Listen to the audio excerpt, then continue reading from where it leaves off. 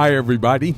This is Jimmy DeYoung with another edition of Prophecy Today Intelligence Briefing.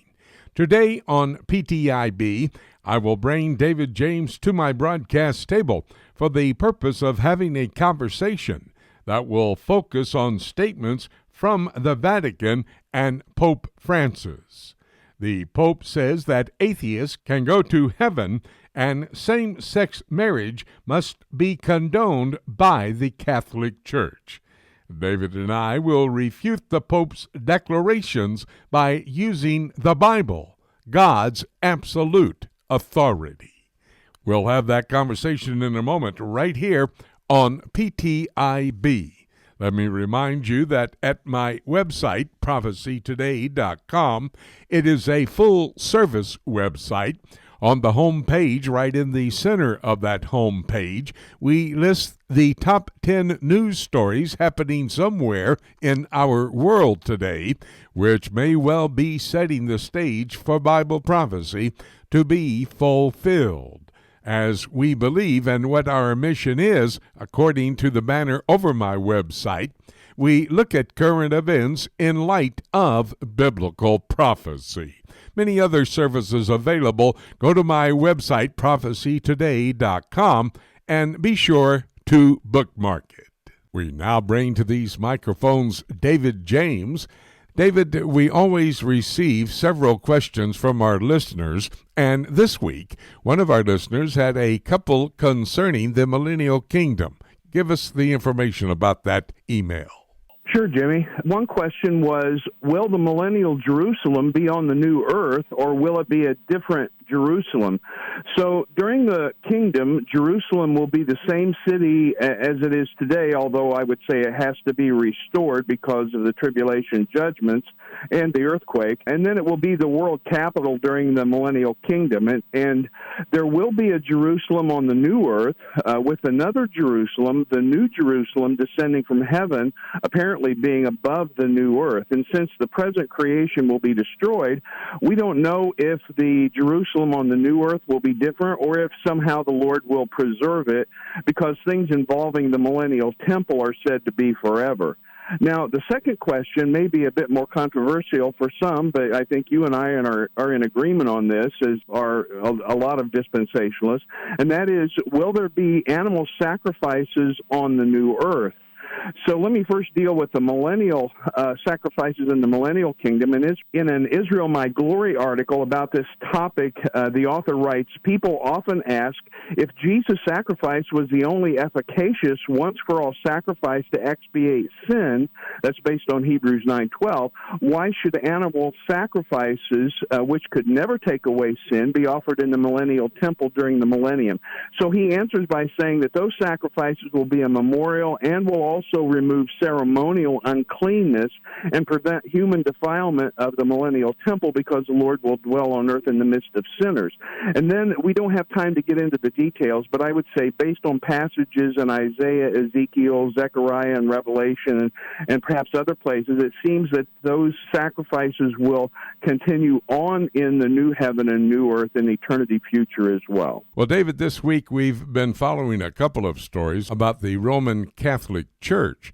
What got you started studying and teaching on this course? Well, yeah, Jimmy, I've been at it a long time. My wife and I were saved back in 1984, and I had a mostly unchurched background growing up, but my wife grew up in a Catholic home, and her mother had converted to Catholicism when she married my wife's father, as that was a requirement to be married in the church before the Vatican II Council, which happened in the 1960s. My wife attended a Catholic elementary school and then graduated from an all-women's liberal arts school, and that school is called St. Mary of the Woods College. And the St. Mary's campus is also home to the Sisters of Providence, which is a teaching order, and they are known in the area for their liberal feminism and their extreme environmentalism. Many in my wife's family and most of our mutual friends were Catholic. I really wanted to understand what they believed, and so just a few months after we were saved, we found a Roman Catholic bookstore in Indianapolis, and I bought my first catechisms there back at that time, and so I've been studying and teaching about Roman Catholicism primarily from Catholic sources ever since. Well, that's a great background to be able to discuss the issue. I'm glad you have that and have been not only talking to us about it, but teaching many as you travel around the country and around the world. Well, David, let's get to the stories coming out of the Vatican. One was about a new euro coin, which is the currency, of course, for the European Union. And it was minted by Vatican City to commemorate Earth Day. I think both of us were a bit concerned and disturbed when we heard about this. That's right. This was an article carried by the Catholic News Agency last Friday, and they described the coin this way. The 10-euro silver coin marks the 50th anniversary of World Earth Day. The front of the coin is the image of a pregnant woman embracing her round belly, which looks like a globe, and stalks of wheat are in her hair. And the article went on to say this: the image on the coin has been compared to carved wooden figures of a pregnant woman that were on display in churches and at events during the Vatican's 2019 Synod of Bishops on the Amazon. And those figures, referred to by Pope Francis and others as Pachamama, that's the name that is given apparently in an Amazonian dialect, were said by some to depict an Andean fertility goddess, while Vatican spokesmen characterized them more vaguely as symbols of life. So, Jimmy, the first thing I thought when I saw it, before I read the article, was that the pregnant woman was Mary, and there were two reasons for this, that I thought this.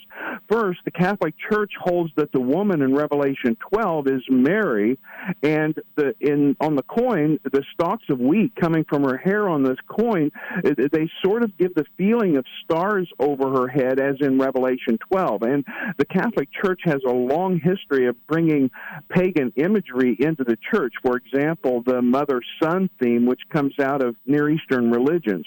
And I also think this is an intentional Marian imagery because they teach that Mary is the Queen of Heaven, the Mother of the Church, the second Eve, and the source of all grace. And since Vatican II, they also teach that the Catholic Church is God's grace of salvation in the world, making it possible, theoretically, for anyone to be saved no matter what their religious beliefs.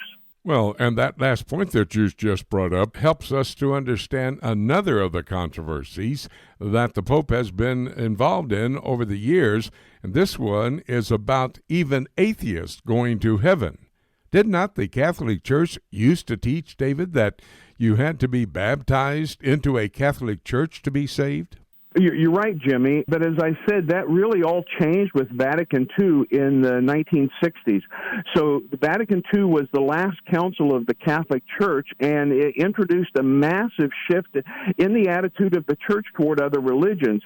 Because of the infallibility of the bishops, called episcopal infallibility, this Catholic doctrine and all Catholic doctrines cannot change by definition, because if something is ever true, then it must always be true. If it's ever right, it must always be right. And with some sleight of hand and mental gymnastics, I would say, Vatican II expanded the role of the Church in the world, meaning that everyone on the planet is within the scope of God's saving grace. And since the Catholic Church teaches a works-based salvation, replacing faith with faithfulness and truth with sincerity, if someone sincerely lives out what they believe, whatever that might be, then that person could potentially be saved. And you know, Jimmy, based on my understanding of the Vatican II documents, which I have read, for years I've taught that it's better to be a good atheist than a bad Catholic. And in fact, back in 2017, CNN ran an article that had this headline: Pope suggests it's better to be an atheist than a bad Christian. So they actually come out and say this. You know, it's interesting. You have mentioned in the past the infallibility of the bishops. And I understand, of course, not knowing that much about the Catholic Church, for example, like you do, but that the Pope is the Bishop of Rome. So what happens when he makes a statement that comes in conflict with the teaching of the Church? For example, this week, the Pope said he endorsed civil union laws for same-sex couples. What about that? Well, the infallibility of the bishops and papal infallibility, which is a subset of that, is something that most people probably don't really understand. So this doctrine means that when bishops make a formal decision as a group, or when the Bishop of Rome personally makes a formal declaration that something is true and must be believed, then God protects them from error. Now, this doesn't mean that everything the Pope says or writes is without error, or that his opinions are always right or even guaranteed to be in line with the official teachings of the Catholic Church. And in fact, popes have made infallible proclamations only twice in history. The first was in 1854 concerning the Immaculate Conception of Mary, which they say preserved her from all sin, that she couldn't sin. And the second was in 1950 concerning Mary's bodily assumption into heaven. And so this recent statement about civil union laws for same-sex couples was a quote from a new documentary in which the Pope said this: homosexual people have a right to be in a family, they're children of God and have a right to a family. What we have to create is a civil union law. That way they are legally covered.